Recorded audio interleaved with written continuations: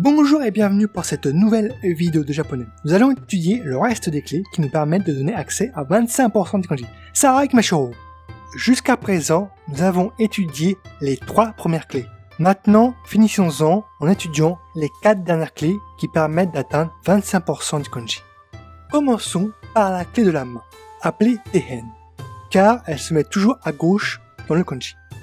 Elle est issue du kanji Te, lecture kun de la main.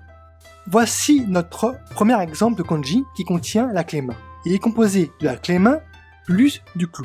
Donc, main plus clou, main, taper sur clou. Donc le kanji veut dire taper. Ou bien sûr aussi frapper. La lecture on en rouge de ce kanji est da. La lecture kun en rose de ce kanji est bu. Frapper, butsu. Passons à notre deuxième kanji qui contient la clé main. Il est composé de la clé main plus du katakana mu. Pour se faciliter la compréhension, considérons que la clé main est la main qui tient l'argent et que le katakana mu est le bras et la main qui tiennent le pain.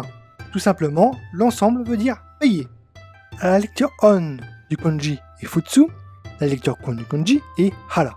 Donc, payer harau. Voici notre dernier kanji avec la clé main. Ici, nous avons la clé main plus un bouton poussoir. L'ensemble veut dire pousser. La lecture on du kanji est o et la lecture kun est o. Osu, appuyer. Passons à notre nouvelle clé, Ki-hen. Elle se place toujours à gauche. Vient du kanji ki, arbre. Passons à notre premier kanji qui contient la clé arbre. Ici, nous avons la clé arbre plus la mesure. Donc, on imagine pour construire un village, il nous faut X bois pour construire X mètres carrés. D'où bois, mesure, égale village. La lecture on de ce kanji est son, la lecture kun de ce kanji est mula, soit village, mula.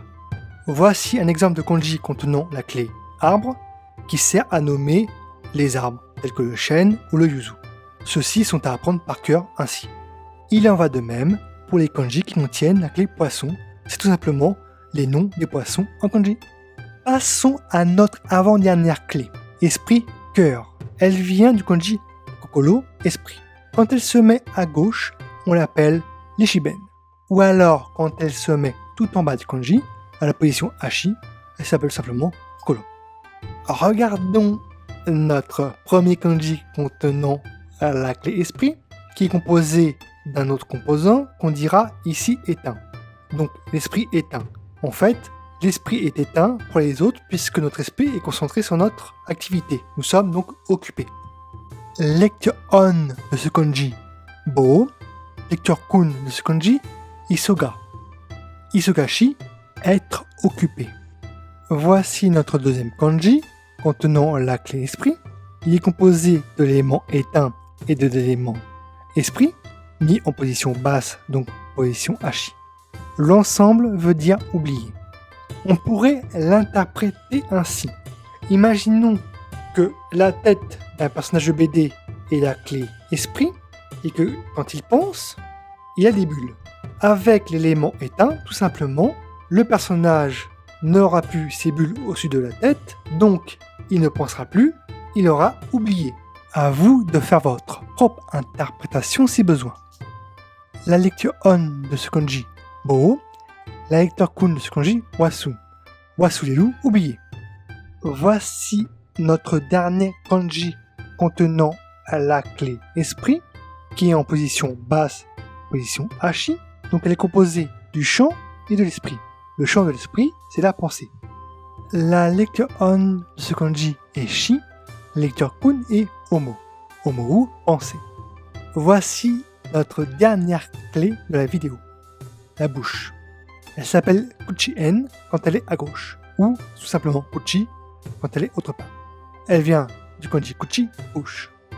Voici notre premier kanji contenant la clé Kuchi, en position basse appelée hachi. Il est composé du katakana ta plus de la clé Kuchi. On peut interpréter la clé Kuchi comme le katakana lo. Donc nous avons le katakana ta plus le katakana lo. Taro, c'est un nom japonais. Donc, par effet mémotechnique, on peut se rappeler de ce kanji. lecture on de ce kanji, me, myo, lecture kun de ce kanji, na, namae, le nom.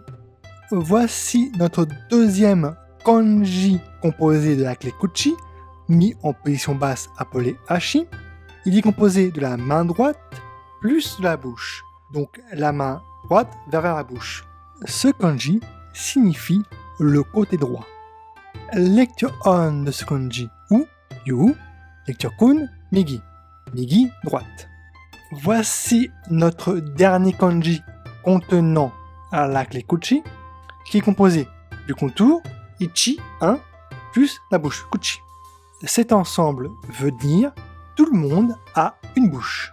Donc ce kanji veut dire identique.